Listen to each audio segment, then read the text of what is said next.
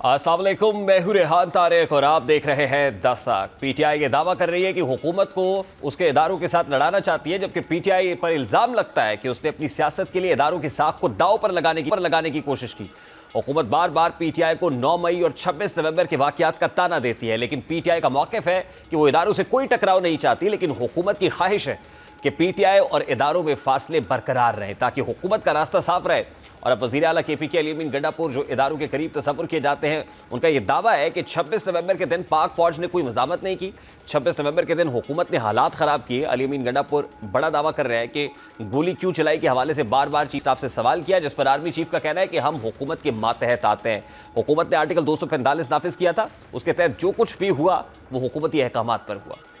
अब ये बात तो हकीकत है कि पाक फौज ने वाज़ेह अंदाज में कहा है कि वो सियासत में किसी किस्म की कोई मुदाखलत नहीं करेगी। यही वजह है कि इदारे तहरीक इंसाफ से बैकडोर राब्ते करने के लिए तैयार नहीं है। यहाँ तक कि आर्मी चीफ ये भी कह चुके हैं कि तहरीक इंसाफ को अगर बात करनी है तो वो हुकूमत से बात करें। और अब अली अमीन गंडापुर का ये बयान देखें तो इसका मतलब हुआ कि पाक फौज ने 26 नवंबर वाले दिन खुद से कोई एक्शन नहीं लिया, बल्कि वो 26 नवंबर वाले दिन हुकूमत के अहकामात पर अमल कर रही थी। इस एतबार से देखें तो अली अमीन गंडापुर का ये बयान इंडिया देता है कि 26 नवंबर को जो कुछ हुआ उसकी जिम्मेदार हुकूमत थी, और हुकूमत ने 26 नवंबर की आड़ में पीटीआई और पाक फौज में दूरियां पैदा करने की कोशिश की। अब यहाँ सवाल ये भी है कि अगर तहरीक इंसाफ ये समझती थी कि हुकूमत इदारों और तहरीक इंसाफ में खलीज डालना चाहती थी, तो पीटीआई ने इस खलीज को कम करने की बात क्यों नहीं की? जबकि बानी पीटीआई तो आर्मी चीफ को लिखे अपने खतूत में इल्ज़ाम लगाते हुए साफ नजर आ रहे हैं। यहाँ तक कि बानी पीटीआई ने एक्स अकाउंट से पाक फौज के खिलाफ ट्वीट्स की। पीटीआई के सोशल मीडिया ने पाक फौज के खिलाफ मुनज़्ज़म अंदाज में मुहिम चलाने की कोशिश की। यहाँ तक कि हुकूमत के बकौल पीटीआई ने chief of the army staff के दौरे बरतानिया पर भी मनफी प्रोपेगेंडा किया। अब अगर पीटीआई पहले पाक फौज के खिलाफ मनफी मुहिम चलाती रही, तो फिर अचानक से इसको ख्याल कैसे आया कि हुकूमत पाक फौज और पीटीआई में फासले बढ़ाना चाहती है? मुमकिन है अली अमीन गंडापुर का यह बयान आग पर पानी डालने के लिए हो, ताकि पाक फौज को यह पैगाम दिया जा सके कि तहरीक इंसाफ इदारों के लिए अच्छा तासुर रखती है और पीटीआई ऐसा तासुर दे कि इदारों से डील चाहती है। लेकिन अगर अली अमीन गंडापुर का यह बयान वाकई हकीकत पर मबनी है, तो फिर हुकूमत के लिए लम्हा फ़िक्रिया है। ज़रूरत है कि इदारे हुकूमत के हर अमल को उसका ज़ाती फेल करार दे रहे हैं। हुकूमत तो पहले ही इस सोच में मुब्तला है कि कहीं उसकी मुखालिफत में जो है हवा ना चलना शुरू हो जाए, क्योंकि हुकूमत इस वक्त कहीं ना कहीं खुद को गैर महफूज तो महसूस कर रही है। जैसा कि पीटीआई के रहनुमाओं के चीफ जस्टिस से मिलने के बाद ये ख्याल किया जा रहा है कि हुकूमत कशमकश का शिकार है, और ये तासुर इसलिए भी उभर रहा है क्योंकि मीडिया पर यह खबर भी नशर हुई कि वज़ीर आज़म शहबाज शरीफ पीटीआई रहनुमाओं और चीफ जस्टिस से मुलाकात की रोशनी में आसिफ अली जरदारी से मुलाकात करने वाले हैं। गो कि अब तक वो मुलाकात नहीं हो सकी, लेकिन ये ज़रूर नजर आ रहा है कि हुकूमत चीफ जस्टिस और पीटीआई रहनुमाओं से मिलने पर गू बगू का शिकार है। पीटीआई ये दावा कर रही है कि हुकूमत इस मुलाकात पर सबसे बड़ा एतराज़ ये कर रही है कि 26वीं आईनी तरमीम की मुखालिफत के बाद पीटीआई का चीफ जस्टिस साहब से मुलाकात का आखिर जवाज़ क्या है। अब देखा जाए तो 26वीं आईनी तरमीम पर चीफ जस्टिस ने नहीं बल्कि आईनी बेंच ने फैसला करना है, लेकिन इसके बावजूद पीटीआई का यह दावा है कि हुकूमत चीफ जस्टिस की पीटीआई रहनुमाओं से मुलाकात पर तशवीश में मुब्तला है। यह बात दुरुस्त है कि चीफ जस्टिस ने पीटीआई रहनुमाओं की शक्ल और चीफ जस्टिस ने पीटीआई को सिस्टम में रहने का मशवरा दिया। इस हवाले से बैरिस्टर गौहर का कहना था कि चीफ जस्टिस ऑफ पाकिस्तान से मुलाकात खुशगवार भी रही, और उन्होंने ये कहा है कि आप सिस्टम में रह के एहतजाज करें। अब एक तरफ हुकूमत इदारों के हवाले से गैर यकीनी की कैफियत से दो चार है, तो वहीं पीटीआई भी इसकी गैर यकीनी में इजाफा करने जा रही है। पीटीआई मजबूत अपोजिशन इत्तेहाद की कोशिशें तेज़ कर रही है और वो सिंध की सियासी जमातों से मेल मुलाकातें शुरू कर चुकी है। आज हैदराबाद में पीटीआई रहनुमा असद कैसर, सलमान अकरम राजा और लतीफ़ खोसा का कहना था कि रमज़ान के बाद हम हुकूमत के खिलाफ तहरीक शुरू कर रहे हैं। आज यहाँ आपके साथ यकजहती की जा रहे हैं और हमने इस मौके पे एक कॉन्फ्रेंस अरेंज कर रहे हैं जिसमें कोई भी एजेंडा बना रहे हैं जो 26 और 27 को होगा इस्लामाबाद में इंशाल्लाह। तो हम दस्तबस्ता आपके सामने हैं, गुजारिश करते हैं आपसे कि आइए हम सब इकट्ठे होकर चलिए। पीटीआई हो, सिंध की तमाम जमहूरियत पसंद जमातें हो, हम पीर साहब पगाड़ा से मिले हैं, हम पुलीजो साहब से भी मिलेंगे, हम दीगर लोगों से, जैन शाह साहब से हम मिले हैं। हम सबको दावत दे रहे हैं जो अवाम की सियासत करना चाहता है, जो गरीब की सियासत करना चाहता है, हारी की सियासत करना चाहता है, हम उसके साथ चलेंगे, वो हमारे साथ चलेंगे। और जिस बेहयाई और ढिठाई और बेशर्मी से 26वीं तरमीम करके इन्होंने अदलिया को अपनी गुलामी में, अपनी दस्तरस में ले लिया, ये आईन के खालिक उनकी रूह तड़प रही होगी। अब एक तरफ पीटीआई तहरीक चलाने का ऐलान कर रही है, तो वहीं पर जमात इस्लामी भी रमज़ान के बाद हुकूमत के खिलाफ तहरीक चलाने का ऐलान कर रही है। इस हवाले से हाफिज़ नईमुर रहमान क्या कहते हैं, जरा वो भी आपको दिखाते हैं। वो कौमी एजेंडा जो पाकिस्तान के लिए जमात इस्लामी ने पेश किया है और जिसकी बुनियाद पर हम ये अवाम के हुकूक की तहरीक चला रहे हैं, उसको भी असर-ए-नो देखा गया और फिर मजलिस शूरा इस नतीजे पे पहुंची है कि रमज़ानुल मुबारक के फौरन बाद हम एक बहुत बड़ी तहरीक का आगाज़ करने जा रहे हैं, जो जितने भी मसाइल इस वक्त मुल्क व कौम को दरपेश हैं उसकी तर्जुमानी करते हुए अवामी हुकूक की तहरीक होगी। सबसे पहले बात करेंगे हाफिज नईमुर रहमान साहब एहतजाज की बात कर रहे हैं। उधर सिंध में पाकिस्तान तहरीक इंसाफ में मुलाकातें कर रही है। नईम हैदर पिछौता साहब पाकिस्तान तहरीक इंसाफ के रहनुमा, उन्होंने ज्वाइन किया। अस्सलाम वालेकुम नईम पिछौता साहब, बहुत बहुत शुक्रिया आपके वक्त के लिए। क्या मौलाना फजल रहमान से और जमीयत उलमा इस्लाम फे से मायूस होकर पाकिस्तान तहरीक इंसाफ सिंध का रुख कर चुकी है और पीर साहब पघारा की जमात GDA से मेल मुलाकातें कर रहा है? बहुत शुक्रिया, आपने मौका दिया। जी बिल्कुल, पाकिस्तान तहरीक इंसाफ जो है उनका वफ्द जो है वो बिल्कुल सिंध गया है और तमाम रहनुमाओं से मिलेंगे। जो भी अपोजिशन जमातें हैं उन तमाम जमातों से मिला जाएगा और ये यकीनन खान साहब की हदायत के मुताबिक ही सारा किया जा रहा है। और ये सिर्फ सिंध नहीं बल्कि बलूचिस्तान भी आप देखेंगे, मारंग बलोच हो या मैंगल साहब हों या दीगर जो जमातें जमहूरियत पर आइन की बालादस्ती पे हमारे साथ चलने के लिए तैयार होंगी, हर एक के पास जाकर दरवाजा खटखटाया जाएगा और कोशिश है हमारी कि इस पर जितनी मैक्सिमम जमातें जो हैं इस बात को, इसका को सपोर्ट करें तो हम आगे बढ़ सकें, क्योंकि हम तो मुल्क की खातिर जंग लड़ रहे हैं। तो नईम पिछौता साहब, मौलाना फजल रहमान और जमीयत उलमा इस्लाम फे से जो मुज़ाकरात हैं, मामलात हैं, वो नतीजा खेज नहीं हो सके, जिसके बाद आपने ये फैसला किया कि दीगर अपोजिशन जमातों से मेल मुलाकातें की जाए? नहीं, खान साहब ने बड़ा दो टोक कहा था कि तमाम अपोजिशन जमातें जो जमहूरियत के ऊपर, कानून की बालादस्ती के ऊपर, अदारों की आज़ादी के ऊपर यकीन रखती हों या इस काज को या जो हमारा ये एजेंडा है इसको सपोर्ट करती हों, तो हर एक उस जमात से रब्ता किया जाए। तो ये नहीं है कि मौलाना साहब की वजह से हम कर रहे हैं, बल्कि हमारी ओवरऑल तमाम जमातों को जो अपोजिशन के अंदर हैं उन तमाम जमातों को ऑफर है और हम तमाम जमातों से मिलेंगे। उसके लिए सिर्फ स्पेसिफिक एक मौलाना साहब वाला इशू नहीं है, ओवरऑल ही हम मिलना चाह रहे हैं। मौलाना साहब के साथ भी है, बाकियों के साथ भी है, आप KP में भी देखेंगे और जमात इस्लामी से भी मिलेंगे।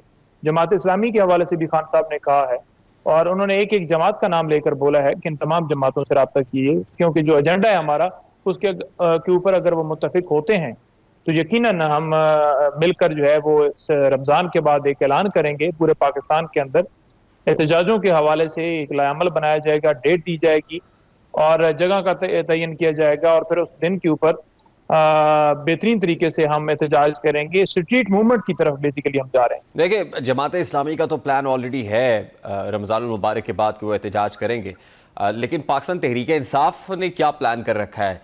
यानी रमज़ान के बाद आप ये तो कह रहे हैं कि एहतजाज करेंगे, उस एहतजाज में मुतालबात क्या होंगे, एहतजाज किसके खिलाफ होगा और क्या कोई फाइनल कॉल होगी? क्योंकि इससे पहले भी हमने देखा है कि वो फाइनल कॉल आई, फिर 26 नवंबर भी हुआ। अब की बार स्ट्रैटेजी क्या होगी?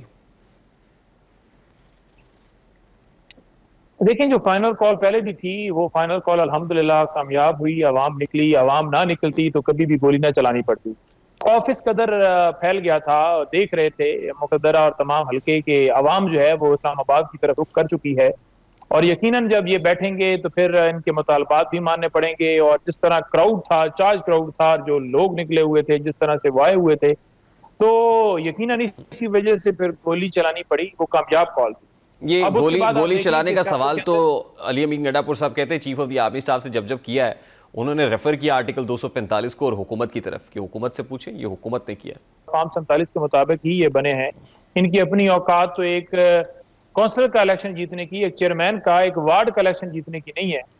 और जैसे ये सारे हारे हुए थे, उनको जैसे तब्दील किया गया और जैसे अब पूरे मुल्क को, अदलिया को कंट्रोल कर लिया, इलेक्शन ट्राइब्यूनल को कंट्रोल कर लिया, हर एक चीज के ऊपर 26वीं तरमीम करवा ली, PK एक्ट लेकर आ गए, तो ये सपोर्ट के बगैर कैसे, इनकी क्या औकात थी? नहीं, ये एहतजाज किसके खिलाफ होगा? देखिए ना, जुडिशरी की जहाँ तक बात है तो खुद जो लोग मिले जाके चीफ जस्टिस ऑफ पाकिस्तान से, उन्होंने ये बताया कि चीफ जस्टिस ने कहा कि विद इन द सिस्टम रह के आप मामलात को आगे लेकर चलें, सिस्टम को तहोबाला करने या एहतजाज से गुरेज किया जाए। ये बात तो आ गई, तो फिर किसके खिलाफ एहतजाज करेंगे और क्या चाहते हैं आप?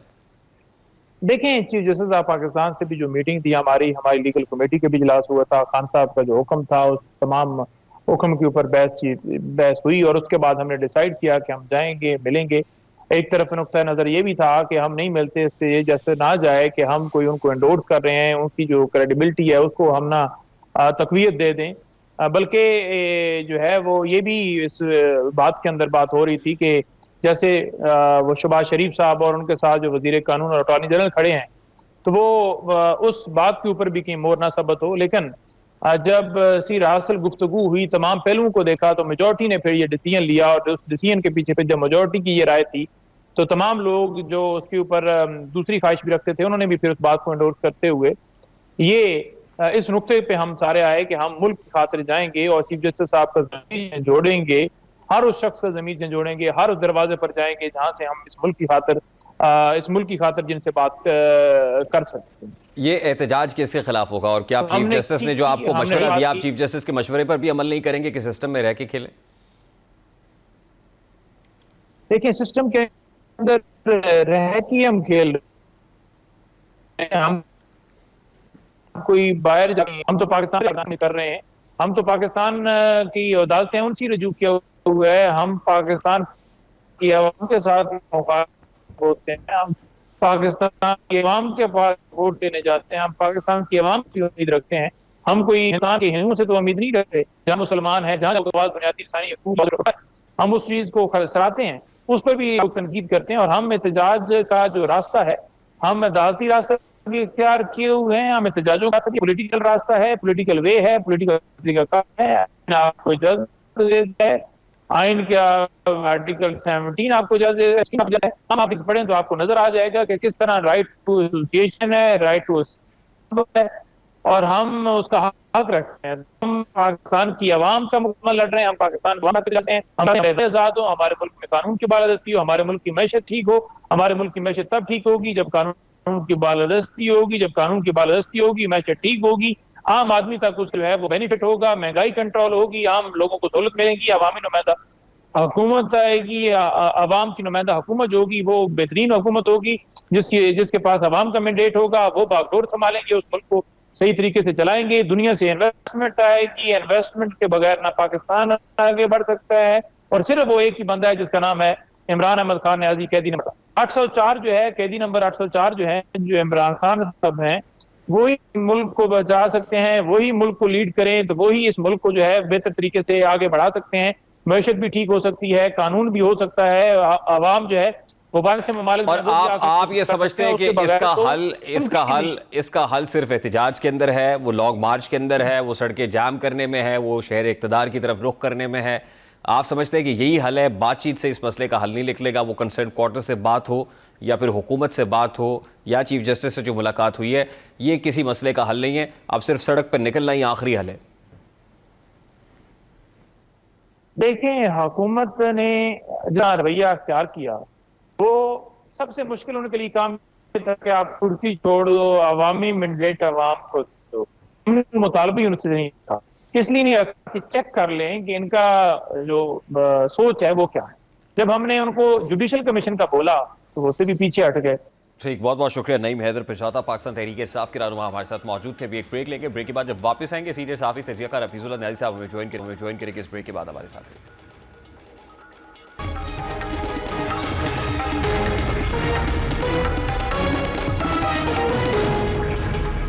इस वक्त सीनियर सहाफ़ी तजियाकार हफीजुल्लाह न्याजी साहब हमारे साथ मौजूद है। अस्सलाम वालेकुम न्याजी साहब, बहुत बहुत शुक्रिया आपके वक्त के लिए। सबसे पहले तो बड़ा सादा सा सवाल है, पाकिस्तान तहरीक इंसाफ सिंध का रुख कर चुकी है और कोशिश कर रही है कि किसी न किसी तरीके से कोई ग्रैंड ऑपोजिशन लाइन्स बनाने में कामयाबी मिल सके। आपको लगता है कि मौलाना फजल रहमान साहब, क्योंकि पाकिस्तान तहरीक इंसाफ के सामने मुतालबात रख रहे हैं ऑपोजिशन अलाइंस के लिए, और फिर भी KP के फ्रंट के ऊपर भी कुछ ऐसे इख्तलाफात हैं जो जमीयत उलमा इस्लाम फ़ी और पाकिस्तान तहरीक इंसाफ के माबैन हुकूमत को लेके, गवर्नेंस को लेके, फिर पावर शेयरिंग के कुछ मुतालबात भी हैं, तो यही वजह है कि पाकिस्तान तहरीक इंसाफ अब कोशिश कर रही है कि GD और दीगर छोटी ऑपोजिशन जमातों से मिलकर ग्रैंड ऑपोजिशन अलाइंस बनाया जा सके। और फिर एक ग्रैंड ऑपोजिशन अलाइंस की जरूरत क्या है PTI को? तो जी मेरा ख्याल में तहरीक इंसाफ को एज सच अलाइंसेस की ज़रूरत नहीं है, क्योंकि जो पॉलिटिकल जो प्लेसमेंट है या हैसियत है या एक पॉलिटिकल स्ट्रेंथ है, वो तो कागज़ों में तहरीक इंसाफ जो है उसमें ख़ुद कफ़ील है। मेरे नहीं ख्याल कि तहरीक इंसाफ को किसी जगह भी उसको पब्लिक सपोर्ट के लिए चाहिए। लेकिन बदकिस्मती ये है कि तहरीक इंसाफ पिछले कम से कम बाकी को छोड़ें, लेकिन जब से इलेक्शन हुए हैं, कोई 1.25 साल होने को है या 1 साल जो हुआ है, 1 साल के अंदर तहरीक इंसाफ कोई 1 दर्जन से ज़्यादा मुल्क गिर एहतजाज, लॉकडाउन, ये इससे मिलती जुलती कैफियत जो है उसका वो एहतमाम करने की कोशिश कर चुकी है, लेकिन उसे मुँह की खानी पड़ी, पब्लिक बाहर नहीं आई। अब उनका ये ख्याल है कि हम किसी तौर तरीके से मौलाना फजल रहमान की जो स्ट्रीट पावर है उसको इनकॉर्पोरेट करें। मुझे और तो कोई तुक समझ नहीं आती कि मौलाना फजल रहमान साहब की उनको कोई ऐसा ज़रूरत होगी। और बाकी भी अपोजिशन के इत्तेहाद जो हैं वो इसलिए होगा कि जब उन्होंने मौलाना को अप्रोच किया होगा तो जहन पे ये तो है कि मौलाना एक बहुत ज़ीरक सियासतदान है, एक ज़माना उनका कायल है, तो उनको ये थोड़ा सा एक उनके आगे उनका एक कॉम्प्लेक्स होगा, कोई उनका एहसास से कमतरी हो सकता है सियासी तौर पे कि मौलाना शायद हमसे बहुत खातर खा फ़ायदा ना उठा लें और हमें फ़ायदा पहुँचे नहीं। तो अगर इसको जनरलाइज करके अगर इसका एनालिसिस करें तो उनको मौलाना को मार्जिनलाइज करने के लिए बलूचिस्तान से या सिंध से GDA या हमारे चकजई साहब हैं या इस तरह के जितने लोग हैं, बाकी भी वहदत मुस्लिमीन है या सुन्नी इत्तेहाद कौंसिल है, तो इन सबको इकट्ठा कर रहे हैं। और भी कई चीज़ों को जमाते हैं। लेकिन जैसे आपने राय साहब कहा कि पाकिस्तान तहरीक इंसाफ को इटसेल्फ ग्रैंड ऑपोजिशन अलायंस की जरूरत नहीं है, उनकी अपनी स्ट्रीट पावर है। लेकिन जाहिर है जब वो ये मोबिलाइजेशन कर रहे हैं, मुख्तलिफ पॉलिटिकल पार्टी से मिल रहे हैं, तो कहीं ना कहीं ये एहसास है, रियलाइजेशन है कि स्ट्रीट पावर में कमी वाकई हुई है। For example 190 million pound case का फैसला आता है खान साहब के अगेंस्ट, सड़क के ऊपर हमें वो क्राउड नजर नहीं आता है या एहतजाज नजर नहीं आता है, even from with in the party political leadership भी मोबिलाइज नजर नहीं आती। तो कहीं ये रियलाइजेशन है कि जी वो स्ट्रीट पावर कहीं ना कहीं वो मार्जिनलाइज हुई है, कम हुई है। नहीं, कम तो खैर मैं नहीं कह सकता क्योंकि कभी मैंने देखी नहीं है। यहाँ कभी मैं देख चुका होता ना पिछले 3-4 सालों में। चलो अभी आप इसको छोड़ें, इमरान खान साहब को जो गोलियां लगी, इससे ज़्यादा तो अंधोनाक वाक़या तहरीक इंसाफ के साथ नहीं पेश आ सकता था, क्योंकि ऐसा लीडर जिसके वो शहर में मुब्तला हैं और जिसके नाम के वो सारा दिन तस्बीह जो है वो जो चबाते हैं, तो वो उनको जब गोली लगी तो क्या हुआ पाकिस्तान में? मतलब जिन्होंने मारी होगी उनका तो ख्याल ये होगा कि शायद खाना जंगी हो जाए और हम माशरा लगा लें उस वक्त की जो भी मुक्तदरा होगी, या उससे पहले इमरान खान साहब नाअहल करा दिए गए। तो इन्होंने इतनी बड़ी मीडिया कैंपेन चलाई गोलियों के बारे में, बाकायदा इन्होंने पहले से बता दिया था कि मुझे गोलियां लगने वाली हैं, मेरे पर कातलाना हमला होगा, ये बंदे मुझे कत्ल करने वाले हैं, इनके मैंने नाम ले दिए हैं, मैंने वीडियो पैगाम पहुँचा दिया है। लेकिन हमारा ये इस मौजू है नहीं। मौजू तो यह है कि जी ये दो जो चीज़ें थी इसके ऊपर तहरीक साहब ने कहा हमारी रेड लाइन है। इमरान खान को नाअहल करा दिया गया, उनको किया जाए, अगर किया गया उनको कर दिया गया, फिर उनको गोली लगी, अल्लाह ने उनको बचा लिया। लेकिन इसका मतलब यह है कि खुदा न खासा कुछ हो भी जाता तो तहरीक साहब नहीं निकलना था। फिर उससे पहले इमरान खान साहब की बलबला अंगेज़ क़यादत उनको नसीब थी। 25 मई को उन्होंने इस्लामाबाद में 2022 में अपनी बलबला अंगेज़ क़यादत में 30 लाख बंदे लाने थे, वो 3000 बंदा नहीं ला सके थे इस्लामाबाद में। मैं मतलब हो सकता है 4-5 हज़ार हो, लेकिन मैं तो एक सिर्फ एक उसको जिसको कहना चाहिए कि एक मिसाल के तौर पे पेश कर रहा हूँ। फिर उन्होंने लोगों से हल्फ लिए, आपका जलसे किए। 25 मई से पहले उन्होंने 40 जलसे किए, पूरे मुल्क के तूल अर्ज़ में गए। खसूम पंजाब उनका मरकज़ रहा और KP मरकज़ रहा। फिर उसके बाद जब 25 मई में नाकाम हुए, 26 मई को आए, तो जिस माल के ताजर थे वो माल न दारत, बंदे पीछे नहीं थे। फिर उन्होंने जब दोबारा आए रावलपिंडी में लॉन्ग मार्च के लिए, जब जनरल लेफ्टिनेंट आसिम मुनीर की उन्होंने रुकवानी थी जो एज ए COS पोस्टिंग, तो हल्फ लिए लोगों से, कसम कुरान ली। आप लोगों में ही देखा होगा, बल्कि आप लोग तो नशर करते रहे, हर जलसे में जाके कसम लेते थे। तो बंदे तो उनकी अपनी क़यादत में नहीं निकले, बलबला अंगेज़ क़यादत में। तो कम तो तब होते जब पहले कभी निकलते। हाँ, एक ज़माना था, वो उसका रेफरेंस भी मौजूद है, 2011 के अंदर उन्होंने अच्छे जलसे किए। उसके बाद तो मेरा नहीं ख्याल कि इमरान खान साहब अब जो PTI ने फैसला कर लिया है कि दमादम मस्त कलंदर होगा, या माह रमज़ान के के बाद जो है, या ईद के बाद जो है वो एहतजाज करेंगे, सड़क के ऊपर आएंगे। इससे पहले भी हमने फाइनल कॉल के नाम पे कॉल्स देखी, फिर 26 नवंबर को जो कुछ हुआ हमारे सामने है। आपको लगता है कि PTI की ये स्ट्रैटेजी कामयाब हो सकेगी? मतलब ये क्या स्ट्रेटेजी है, इसमें क्या करेंगे, इसमें कर क्या रहेंगे?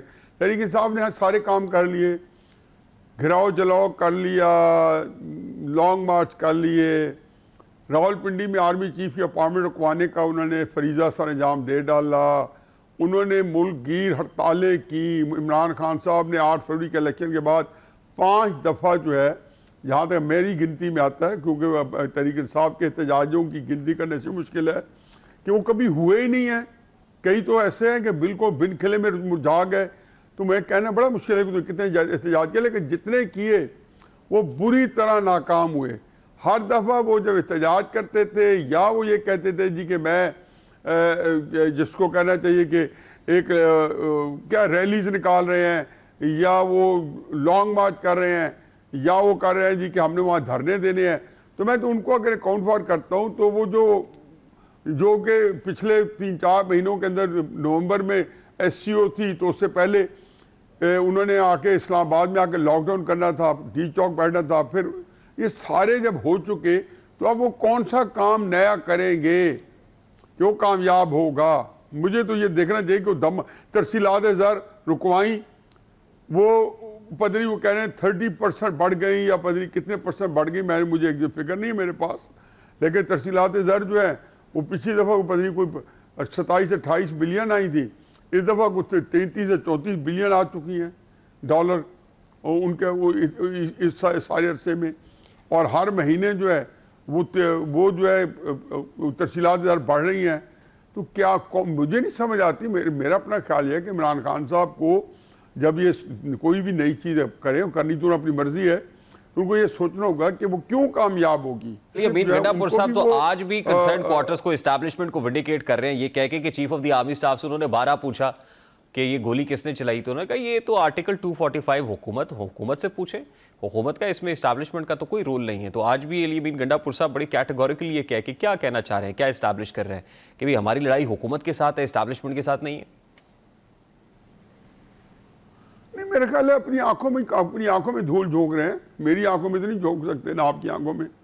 मुझे पता होता है कि इसमें हर मौके पे कौन कितना एक्टिव होता है, मतलब इनको मालूम है तहरीक इंसाफ वालों को। बाकी अगर अमीन गंडापुर कर रहा है तो इसका मतलब है उसका जॉब भी यही होगा कि आप एस्टैब्लिशमेंट के ऊपर से नजर उठाए रखें। बल्कि मुझे तो शिकायत एस्टैब्लिशमेंट से कुछ ज़्यादा नहीं है, इमरान खान साहब को ज़्यादा होगी। इवन देन भाई साहब, लास्टली देखिए, जैसे आपने कहा तरसीलात ज़र भी बेहतर हो गई हैं, गवर्नमेंट भी पहले जितनी लड़खड़ाई भी नहीं कुछ संभली है, कहीं ना कहीं गवर्नेंस के इश्यूज ज़रूर होंगे, लेकिन मामलात पहले से बेहतर हुए हैं कंपैरेटिवली। तो ऐसे में कहाँ ऑपोजिशन के पास वो ऐसी अपॉर्चुनिटी या स्पेस नज़र आ रही है जिसको वो कैपिटलाइज करे, और एस्टैब्लिशमेंट भी कहे नहीं हुकूमत जो है वो नाकाम हो गई? देखिए जी, हुकूमत तो नाकाम उस वक्त नहीं होगी एस्टैब्लिशमेंट की नज़र में जब तक इमरान खान साहब का जो अफरीत है वो उनके सामने जो है वो रक्सा होगा। जब वो जो है उसका इमरान खान साहब जो है वो उनके साथ जो है जंगो जदल का माहौल पैदा करके रहेंगे, तो ये उनकी इंश्योरेंस पॉलिसी है शहबाज शरीफ गवर्नमेंट की। पहली बात, हाँ, इमरान खान साहब जैसे शहबाज शरीफ साहब वगैरह ने किया था 2018 के बाद, और अपना सारा सियासी कैपिटल बर्बाद किया एस्टैब्लिशमेंट को कि गुड बुक्स में आने के लिए। इमरान खान साहब का मोहरा होने का जो बयानिया है वो ले लिया, और अपना जो एंटी एस्टैब्लिशमेंट बयानिया नवाज शरीफ साहब का था, जिससे नवाज शरीफ साहब की सियासत का तूती बोलता था, वो इमरान खान साहब को मुंतकिल हो गया। बहुत बहुत शुक्रिया Hafeezullah Niazi sahab. I have to take a very quick short break here. Break लेते हैं, ब्रेक के बाद वापस आएंगे, गुफ्तगू कंटिन्यू करेंगे आसर मुस्तफ़ा आमिर कत्ल केस में वो जो मजीद डेवलपमेंट्स हुई हैं करेंगे इस ब्रेक के बाद। हमारे साथ रहिए।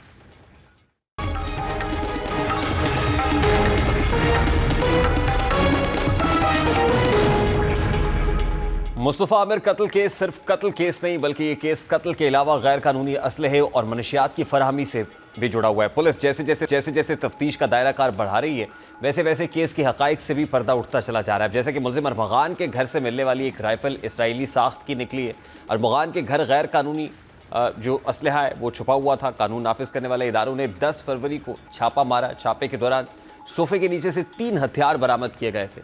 तफ्तीशी टीम को मिलने वाला ओजी नामी हथियार इसराइली साख्ता है करोड़ों मालियत के हथियारों के लाइसेंस अरमगान की जानिब से ताहाल पेश नहीं किए जा सके। अब इसराइली साख्ता असलहा अरमगान के घर से बरामद होना और मनशियात के नेटवर्क का बैरून मुल्क से ताने बाने मिलना ये बता रहा है कि मुलजमान बैरून मुल्क माफिया से मुंसलिक थे। इस केस में मनशियात फरोख्त करने वाला नेटवर्क भी बेनकाब हुआ है। जैसा कि पुलिस की तफ्तीश के मकतूल मुस्तफ़ा आमिर का भी क्रिमिनल रिकॉर्ड सामने आ गया है, जिसके तहत मुलजिम मुस्तफ़ा आमिर के खिलाफ ANF ने जनवरी 2024 में मुकदमा दर्ज किया था और रिकॉर्ड के मुताबिक मुस्तफ़ा आमिर ने कराची से लाहौर मनशियात बजरिया कोरियर भिजवाने की कोशिश की थी। कोरियर कंपनी में मुलजिम ने अपना फर्जी नाम तैमूर लिखवाया था। पार्सल शारा फैसल पर वाक़ निजी कोरियर कंपनी के जरिए भेजा जा रहा था। FIR के मतन के मुताबिक कंपनी के मैनेजर ने ANF से रब्ता किया, जिस पर टीम वहां पहुंची और ANF को 30 ग्राम की जो वीड है वो बरामद हुई, जिसे बड़ी महारत से पैक किया गया था। मनशियात लाहौर के इलाके फिरोजवाला भिजवाई जा रही थी और अब पुलिस इदारे और ANF दोनों ही इस मामले की तफ्तीश कर रहे हैं, छान पटक कर रहे हैं और कराची के पोश इलाकों में मनशियात फरोशों के खिलाफ क्रैकडाउन किया जा रहा है। पुलिस ने दावा किया है कि वो कराची के पोश इलाकों में वहाँ क्रैकडाउन कर रहे हैं जहाँ पार्टीज होती हैं और वहाँ ड्रग का आम इस्तेमाल किया जाता है। अब पुलिस के इसी क्रैकडाउन के नतीजे में मारूफ अदाकार साजिद हसन के बेटे साहिर हसन को भी गिरफ्तार किया गया है, जिसने मनशियात से मुतालिक सनसनीखेज इंकशाफात किए। अब पूरा मनशियात का एक गैंग है जो सामने आ रहा है। मुलजिम साहिर हसन से की जाने वाली तफ्तीश के मुताबिक मनशियात इस्लामाबाद से कराची लाई जाती थी। इस सप्लाई में मुख्तलिफ कोरियर कंपनीज के मुलव्विस होने की भी इत्तलात सामने आई हैं। सिर्फ यही नहीं, मनशियात के घिनौने धंधे में बैरून मुल्क के साथ भी ताने बाने मिल रहे हैं। इत्तलात भी सामने आ रही है कि बैरून मुल्क से मनशियात स्मगल होकर इस्लामाबाद लाई जाती थी, यानी इम्पोर्टेड मनशियात की खरीदो फरोख्त की जा रही थी। मनशियात की फराहमी में ऑनलाइन सिस्टम का इस्तेमाल भी किया गया। जब मारूफ अदाकार साजिद हसन के बेटे साहिर हसन से तफ्तीश की गई तो पता चला कि उसने एक माह के अंदर 1 करोड़ 20 लाख की मनशियात मुख्तलिफ तरीके से सप्लाई की, जिसमें उसको 40 लाख का मुनाफा हुआ। दरहकीकत मुलजिम साहिर तक पुलिस की रसाई अरमगान और शिराज से तफ्तीश के जरिए हासिल की गई। ज़राए के मुताबिक अदाकार साजिद हसन के बेटे को अरमगान के फ़ोन से मिलने वाले डेटा की वजह से हिरासत में लिया गया, क्योंकि मुलजिम साहिर का अरमगान से रब्ता रहा और इससे आला दर्जे की चरस भी बरामद की गई जो इम्पोर्टेड है। साजिद हसन के बेटे ने पुलिस के सामने एतराफ़ भी किया कि वो अरमगान और उसके दोस्तों को मनशियात सप्लाई करता था। अब इस केस में कत्ल के 2 मरकजी मुलजिमान अरमगान और शिराज ने अपने जुर्म का एतराफ़ कर लिया है और अब कभी इम्कानात हैं कि उनको किए की सज़ा मिलेगी। लेकिन इस केस से जुड़े दीगर अफराद जो गैर कानूनी हथियारों की फराहमी समेत मनशियात की खरीदो फरोख्त में मुलव्विस हैं, उनके गिर्द भी घेरा तंग करना ज़रूरी है। केस के तमाम पहलुओं को देखा जाए तो बज़ाहिर ऐसा लगता है कि मनशियात की लत की वजह से अरमगान ने मुस्तफ़ा आमिर का कत्ल किया और जहाँ तक मुस्तफ़ा आमिर की बात है तो उसका भी क्रिमिनल रिकॉर्ड सामने आया है, जिससे ये कहा जा सकता है कि वो भी मुबैना तौर पर मनशियात की खरीदो फरोख्त में मुलव्विस था। अब आगे जाकर इस केस के कत्ल के होने की मजीद वजूहात भी सामने आएंगी। बहरहाल इस केस में जो भी जिम्मेदार है उसको कड़ी सज़ा मिलनी चाहिए। एक टेस्ट केस है और इसको टेस्ट केस बनाकर डील किया जाए तो बहुत सारी चीज़ों से ना सिर्फ पर्दा उठेगा बल्कि फ्यूचर में उसको रोका भी जा सकेगा। अभी एक ब्रेक लेंगे, ब्रेक के बाद जब वापस आएंगे तो गुज़श्ता रोज़ पाकिस्तान और इंडिया 2 आर्च राइवल्स हैं जो मद्दे मुकाबिल थे और इस मैच के जो नताइज सामने आए वो सबके सामने, ज़रा इसको डिस्कस के बाद हमारे साथ रहिए।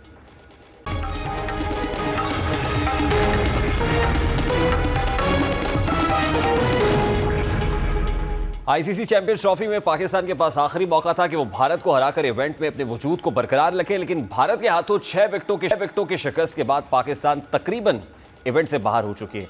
अब की बार भी पाकिस्तानी टीम अगर मगर की कैफियत से दो चार है। पाकिस्तान की टूर्नामेंट में वापसी इस बात पर मुनहसर है कि अगर बांग्लादेश न्यूजीलैंड को शिकस्त दे और पाकिस्तान बांग्लादेश को हराए और भारत न्यूजीलैंड को शिकस्त दे, बज़ाहिर ये नामुमकिन सा लगता है। अब सवाल यह है कि पाकिस्तान को अगर मगर की सूरत हाल का सामना क्यों करना पड़ता है, तो इसका जवाब यह है कि शायद कौमी टीम बड़े मैचेस का प्रेशर ले जाती है। इसमें कोई शक नहीं है कि पाक भारत मैच में दोनों टीमों को बराबर दबाव का सामना होता है, लेकिन बुनियादी तौर पर यह आसाब की गेम है। जो टीम अपने आसाब पर काबू पा लेती है वो अपनी हरीफ पर गलबा हासिल करती है। पाकिस्तान और भारत के मैच में भी ऐसे ही लगा जैसे पाकिस्तानी टीम ज़हनी तौर पर पहले से शिकस्त को तस्लीम कर चुकी है।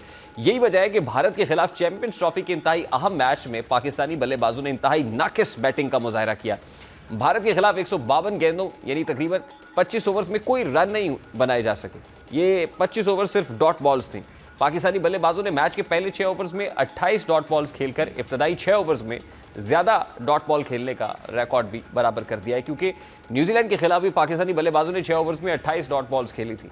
अब बॉलिंग हो या बैटिंग, पाकिस्तान की तमाम शोबों में कारकर्दगी बुरी रही और जाहिर है कि Pak Bharat match high voltage टाकरा होता है। पाकिस्तानी शायकीन के इस मैच में अलग ही जज्बात होते हैं, लेकिन शायकीन क्रिकेट हो या पाकिस्तानी क्रिकेटर्स, सबके अरमान इस शिकस्त की वजह से आंसुओं में गए। अब यकीनी तौर पर पूरी कौम भारत के हाथों शिकस्त पर अपने गमो गुस्से का इजहार कर रही है, लेकिन अब जो हो गया सो हो गया। अब फोकस इस पर करना होगा कि कौमी टीम को अपनी कारकर्दगी को कैसे सुधारना है, कैसे बेहतर करना है। कौमी टीम को मजीद मजबूत करने के लिए बासलाहियत खिलाड़ियों का इंतखाब करना होगा, नए टैलेंट को मुतारिफ कराना होगा ताकि यह नया टैलेंट सीनियर प्लेयर्स के साथ खेलकर तजर्बा हासिल करे। प्रोग्राम का वक्त अपने इख्तिताम को पहुंचा। आपसे मुलाकात होगी इंशाल्लाह कल। अपना रखिए ख्याल। अल्लाह हाफिज़।